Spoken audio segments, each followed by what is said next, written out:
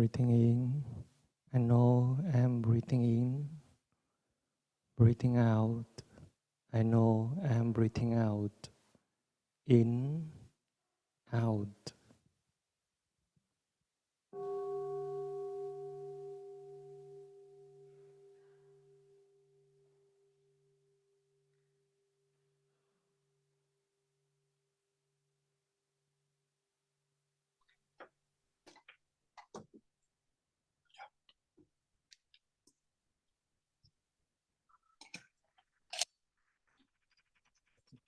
Không, thì cứ nghe được không nghe, cho nên biết gì cái dây hay cái headphone á, cái cho mình cái headphone khác.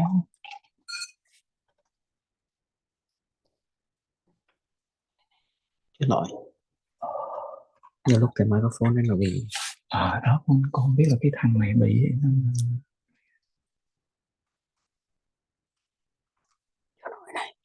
chờ nó phải qua bên này. Breathing in. nghe. I am aware of my body. Breathing out. I relax my body. Aware of my body. Relax my body.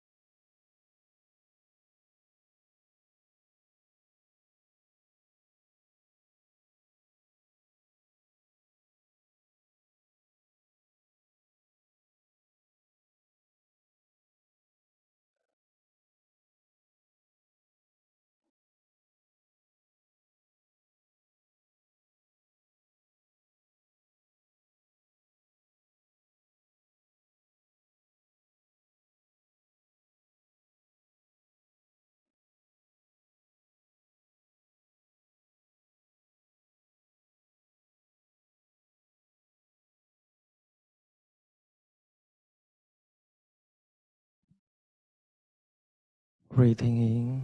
This is a present moment. Breathing out. This is a wonderful moment. Present moment. Wonderful moment.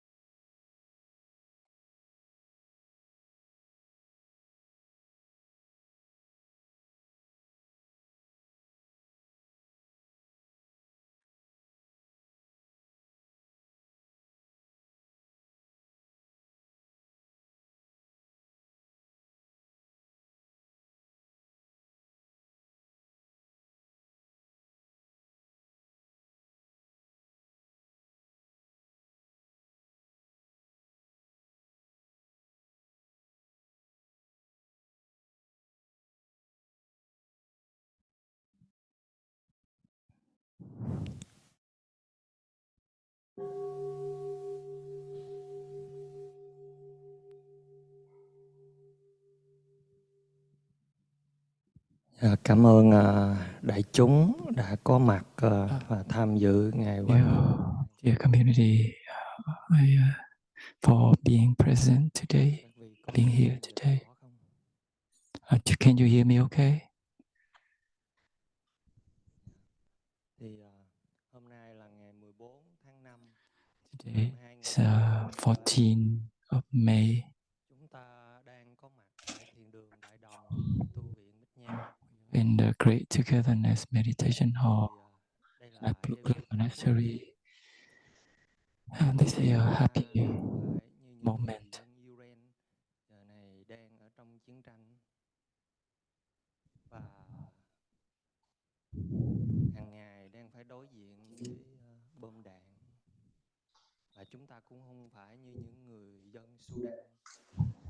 Today we don't have to busy or somewhere, but just being here, breathe and enjoy some freedom. There's other place on earth like Sudan, they have conflict and stuff going on and have to deal with all that.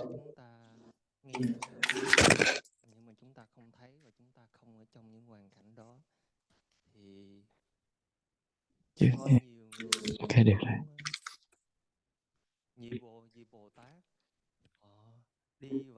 There are people that go into those places.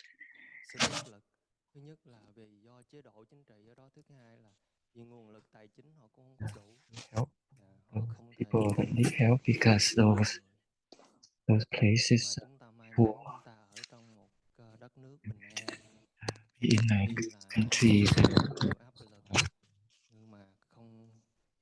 so more peaceful situation, even though we have pressure from life, work, and wherever there is war and there is difficulty and challenges, and so we still have condition of happiness, and we have to recognize those. And at least we have a body, a healthy body. Some may have some sickness, but we still be able to walk, maybe still be able to eat. And if you go to the hospital, you can see that people are on the sick bed, on the hospital bed, and they have all kind of line going in their body. And so we have to practice to nourish that happiness. Today is Mother Day. Happy Mother Day to everyone.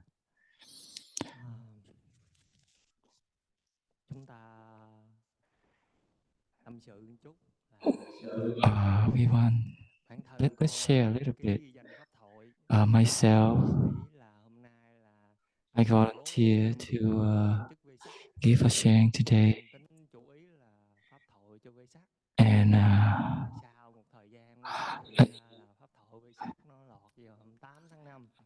like to speak on the 14th, and in the beginning, I plan to speak during the Vesak weekend. So I asked the Sangha to move me up to today.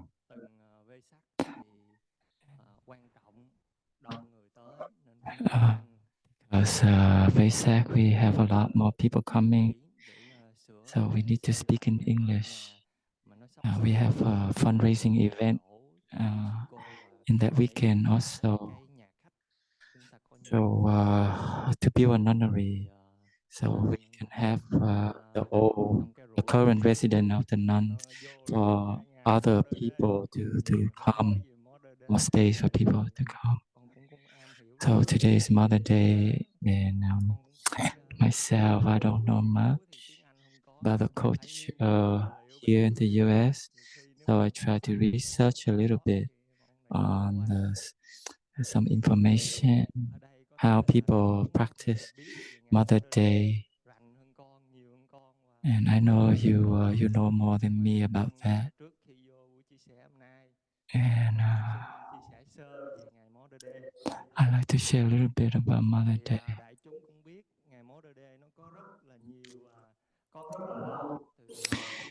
Mother Day were there in Greece a long time ago. I think in the beginning they used that day to worship the goddesses. And maybe a couple thousand years ago in England, they also practiced that. And here in the US, Mother Day been recognized in the USA. Anna, thanks to Anna, her last name I forgot.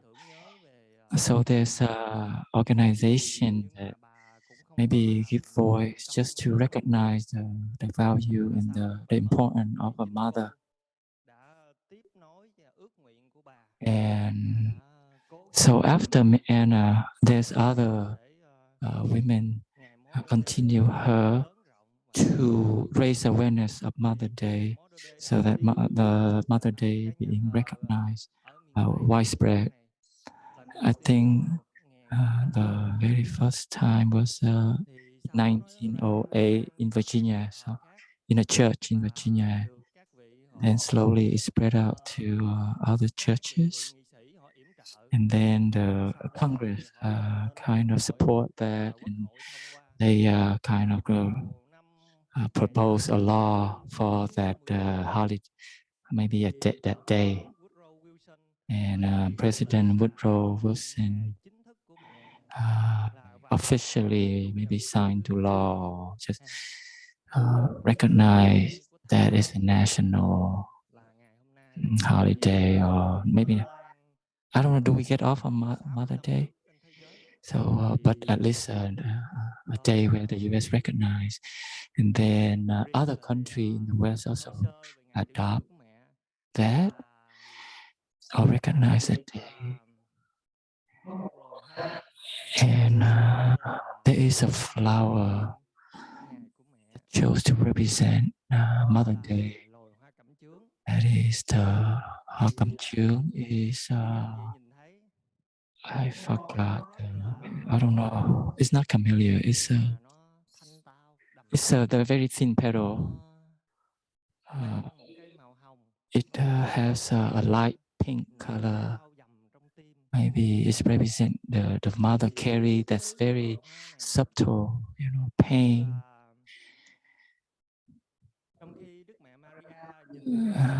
Just like in Christianity, like you have Mother Maria. She has a pain when see the suffering of the humanity in the world, so she shed tears, and it represents the love of a mother, or compassion of a mother. Who still have the mother? Can you raise your hand in the audience?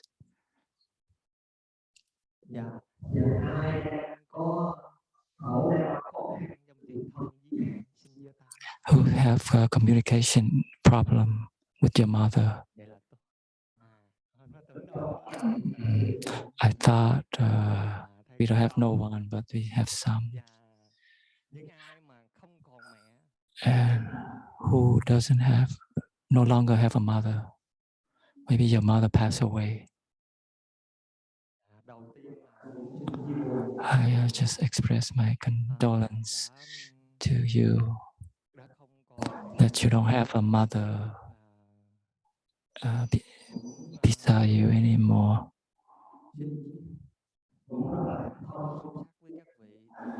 And I share your deep feeling, because now in society, the relationship in family is not that easy anymore. Sometimes we have a block communication issue in the family,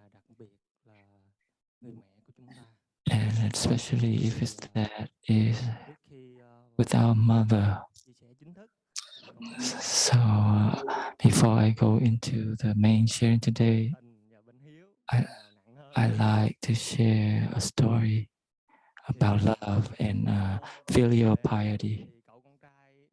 One day, a son took his mother on a bike and took her home after. And when he ride, up a hill, and halfway up the hill, he feels the heaviness. He say, "Mom, can we get down and walk to the hill?" And then the mother shared that, "Yeah, yesterday, I saw you ride a young woman, and you have no problem. Why today you have problem riding me up the hill?" And then the son just reflects, say, "Oh, it's so hard between filial piety and love. Which one is heavier?"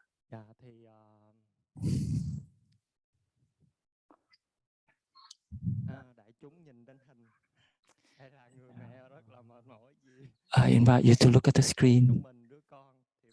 You look at the mother, maybe carry a child in her. She needs to rest. So 9 months to carry the child in the womb.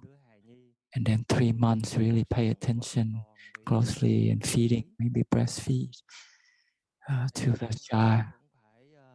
But during those times, it's very careful. You have to eat carefully and not to ingest things that are not healthy, because she wants the child to be healthy. And in the way she walk and sit and do things, also have to be careful.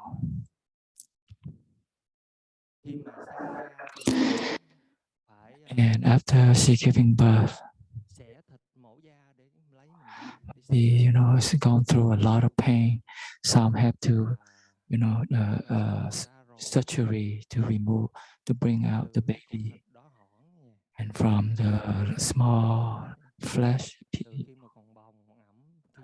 red, little child. And then slowly the child learn to walk. And until the child become an adult. And then you move away from family, have your own life and career. And during those 9 months and early year, it has a lot of challenges and difficulty. Not everything goes smooth. Sometimes there's sickness, sometimes this and that. And then when the child grows up, he knows that he has his own way of thinking, his way of want to live his life. And sometimes the way the mother or father treat him or her in a certain way, and that child, that young man may react to the way the parents talk or try to teach him, to guide him. Because when he grow up, he also have his own challenges and difficulties, his own value, the way he want to live. Slowly, the small things add up, and it can create conflict in between relationship of the children and the parents. And then with all the pressure and stress in society, it can add to all of that conflict. And maybe in America, there's a child about 10 years old, and the family is living a happy life. But unfortunately, the father passed away because of an accident when the young child is 10 years old. So the mother and the child, support each other in their life. And the mother is yes, a lot of suffering and pain when the father passed away, the husband passed away. But she tried to keep that within, just to kind of protect and raise the child. And before he went to college, and he mentioned that if I graduated from college, can you get me a car so I can drive my girlfriend? And the mother just think about it and didn't answer. And after he graduated from college, the mom give him a postcard in an envelope, of course. He kind of upset because he thought that the mother will give him a car key, because he think that the mother promised him. And so he didn't open the envelope yet. And he just bring that envelope with the card, and he just walk away, and he moved away from the family for 7 years. After graduated, have a job, a career, and have his own car. And maybe on one day, it's a Mother Day, he seen family went out to eat, celebrate, they're happy together, and he just suddenly felt touched, and he felt something in his heart. So he bought up a bunch of flowers. he went home to visit his mom, and his mom came out and opened the.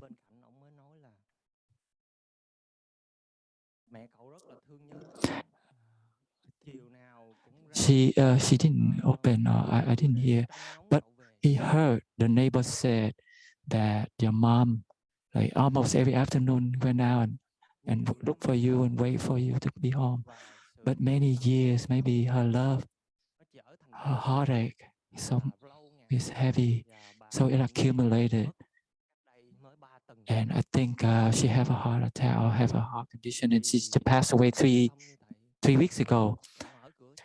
When he heard that, he went in the house. He couldn't find his mom. When he went to her room, and then the postcard that the mom gave to him, or maybe he didn't take it. The mom still live on her desk.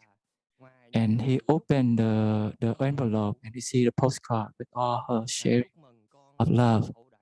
That congratulations for your graduation. And then also a title of a car.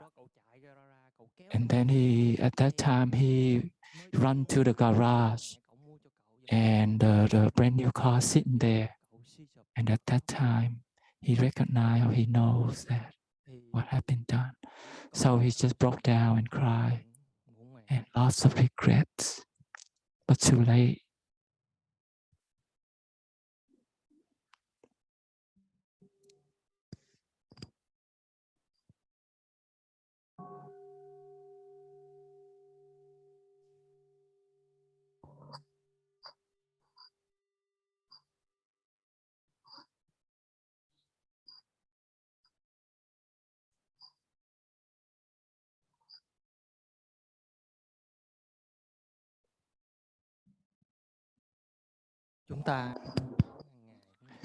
In our life, our words or action, we are unable to restrain, take care of our suffering, our difficulty. One day just accumulate and it blow up, and it can spill to the people around us.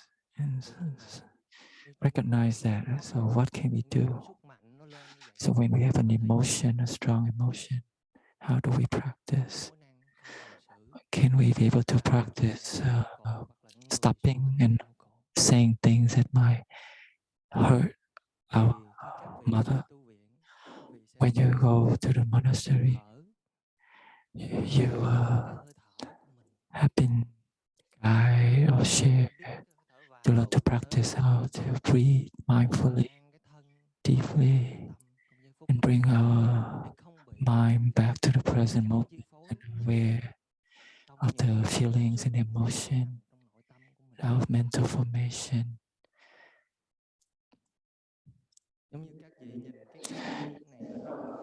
And if you can see, if you look on the screen, like this coconut tree, when the storm passed by, all the branches and leaves, feel like about to be blown away. But look at the trunk. Look at the trunk of the tree. It remains straight because of the roots is deep and wide, so that the top of the tree is like the thoughts in on the level of our mind consciousness in our head. When emotion comes up, causing our mind to think a lot, retrieving or maybe many past information, images, sound, and so on. And it's just feeding maybe the flame of anger or frustration in our mind, unable to be cool and behave or like in control. So at that time, what can we do? Maybe we should remind our self to bring our attention to the abdomen.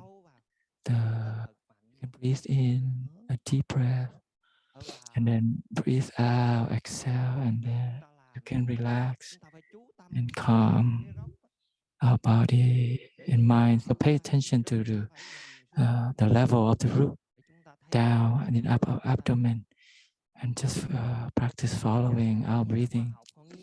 And according to scientists, whenever we have mental formation, there's hormone, maybe from the brain and other part of the body, secrete in our blood stream, and it can causing all those strong emotion and feeling, but it only lasts for about 65 seconds or more, or so, then it stops. But because we are unable to stop, according to that 65 seconds, but we continue to feed images and past experience, that the hormone continue to secrete in our bloodstream, and we lose our control because we continue to feed our bloodstream with all that negative hormone. So let us practice. Breathe deeply, go down to the level of the abdomen. Allow the storm to pass by so that we can survive the storm, the emotional storm, so that we be able to survive and stand still like the tree. Can we be able to practice that? I know in life we have a lot of pressure and stress and suffering. So maybe we be able to practice a little bit, but can we be able to bear, to go through all the storm, like coming and coming? Because the suffering keep coming, and some suffering transmitted from our ancestor. It has the root very deep inside us. And practice one day is not enough to embrace all that. In Vietnam, there's a saying, don't practice like the fish in the pond. You eat 3 days and then you think you can go to the Pure Land. I mean, like someone just think that receive like a quick meals and nourishment for 3 days, and you think you all that and you can handle all that. It's not that. It's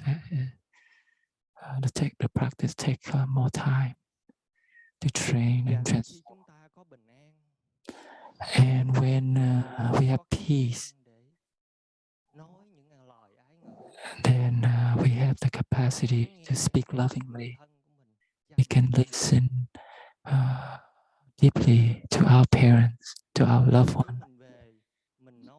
And if we can go home and say something loving to our parents and beloved one, and maybe in the beginning, our mom might not respond lovingly to us. In the past, in Vietnam, there is a young person went to the retreat and practice, learn how to do begin anew.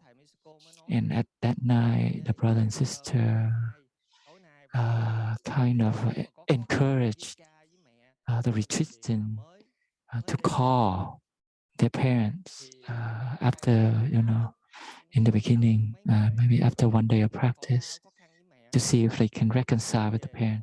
So the young man, he learned the practice begin anew, and he enthusiastic to do that. And he picked up the phone and said, "My mother, you know that I love you. I love you so much." And he wait for the response. He wait for the response. He thought the mother say, "Oh, my child is that," but the mother just share, "Oh, oh, what do you want from me?" He say, "Wait, like maybe the naughty child. What you want from me?" So he didn't get what he think that the mother will share. And so he rushed to practice, but it didn't happen. It didn't bear the fruit. So maybe, it might take time. And so later he wait for a few more days, and then he shared with his mom, say, "Mom, for all these years I was unskillful. I say things that I might hurt you, and so I apologize. But you know that I love you. So when the mom hears those words, the explanation like that, the mother cry, and then the relationship improve from there. And so we can reflect on our life.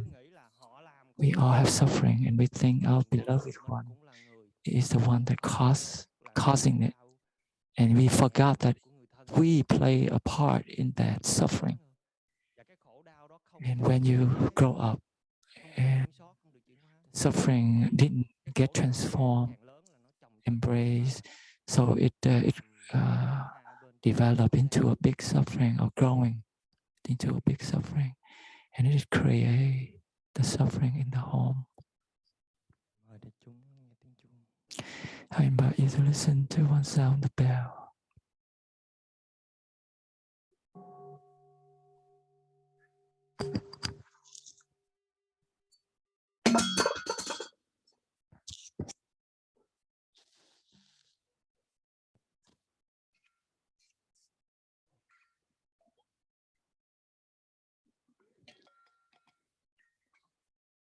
Dạ, chiều nay Afternoon, you go home. If you know how to cook, you can make a dish for your family, your mother, maybe to create a happy time, a happy moment. Maybe you can feed your mom, get a spoon, feed her. Doesn't have to be the mother feeding us all the time.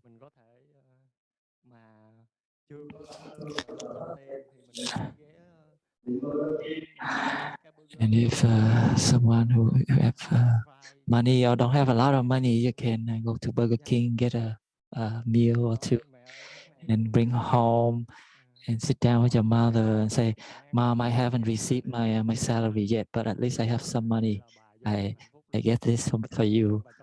Who knows? She might be happy, and maybe she give you some money to take you to the a more fancy restaurant.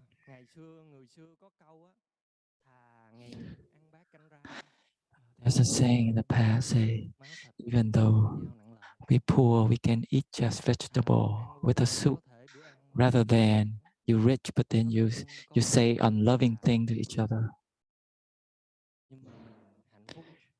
Even though this may be saying that even though our financial or material condition is not well off, but there's a richness in love and relationship. We don't say things that hurt each other. And if you say things during the meal, you can create a situation during family meal, and we might not have time to be present for our parents. Instead, we can, when we cook for our parents, we send the loving energies, think of them with good thought, with love. Then that meal or that dish contain all the love, and you already feel love and happiness when you cook that meal for your parents. And that is for those who still have parents. You might have a little bit difficulty. Some might be a little bigger. But let's see if you can practice to transform or to reconcile. But there are people that have a deep suffering since they are a child or a young lady or young man. And maybe because the parent also have their own suffering and difficulty that they are unable to resolve, and they make themselves suffering first. And the suffering is so big, they are unable to overcome.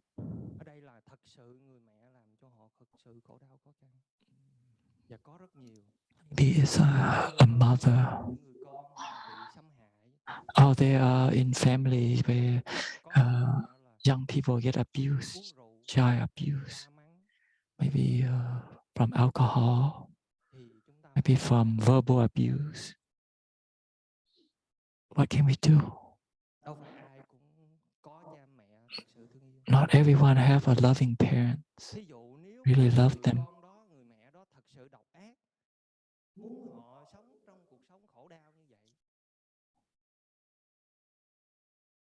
And if the parent, do they really have an intention to cause harm and suffering to their children? You think about it. And if you've seen those images and experience, do you want to continue that cycle of action, of affliction? Maybe in the past we received some suffering, but now that we grow up, we mature, should we continue that cycle? Or can you recognize that and take charge of your life, transform and live a better life, and not allow those suffering and difficulty control our life? But the majority of parents want happiness for their family and their children, and love their children. And if someone fall, but if they don't want to stand up, even the people come and try to help them up, they don't want to stand up. The same thing if we have suffering. Do you want to stand up and be different? Or you want just live in that state of mind condition? Or do we decide to stand up and change and create a better condition for our family? So here in our monasteries, we have retreats, we have Dharma doors or practices that we learn to go home to ourselves, embrace, take care, and transform the suffering. And I know a person, a young lady, that have an abuse when she young. But the family might not feel the intense of the suffering that she carried. But she herself carried a deep suffering, and she moved away from home. But she encountered a practice, and she has a positive mindset. She lived opportunistically, optimistically, so that those suffering don't like make a problem in her life. Even though she still carry it, you know, those holidays, she unable to return to her family because she doesn't want to water those images and past experience. So she practiced that for now. So she just went to restaurant alone and celebrate, you know, atmosphere with friends or by herself. But she practiced, you know, embrace that suffering. Or you can go to an orphanage. And you can see in their eyes that the child might want to know the real parents. Who are the real parents?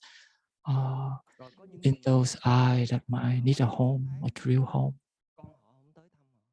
Or in the nursing home, there are parents waiting years but haven't seen their children. And if you go visit those places and you can see or feel the suffering, and maybe through that, you can look at yourself and see if you can change your way of living to bring a better condition for yourself and your family. There are people that thirst or hunger for love.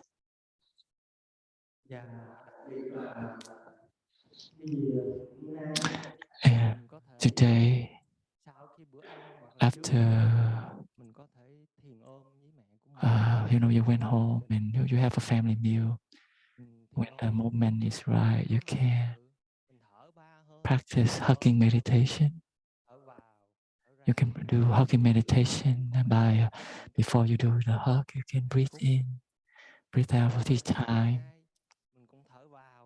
And the first in and out breath, you know that this is a happy moment. You because your loved one is still there. The second one, acknowledge the presence of each other, and then you embrace each other with the third hug.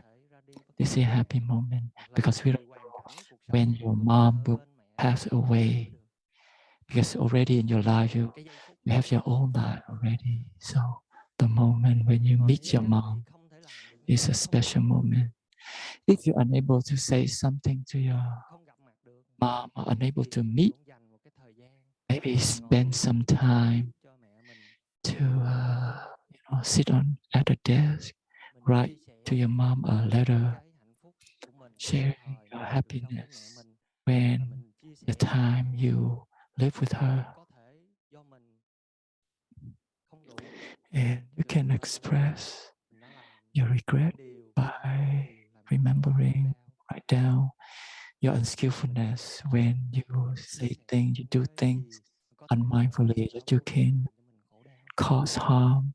And then you can also express a hurt if your mom do something or say something to you. But when we say that in a loving words, maybe mom can understand. And can change. And through that letter, the mom can understand what's going on in the relationship, because maybe in the past you also have a lot of suffering, unable to see what's going on. So you can practice that to see if you can reconcile. So after the sharing, through the sharing today, see if you can apply the practice. After the sharing, we have walking meditation, eating meditation. You can practice to cultivate more peace and happiness, so that when you go home later today, see if you can practice that and bring happiness to your mom. Thank you for being here, and I listen to 3 sound, the bell to end. Please enjoy your breathing.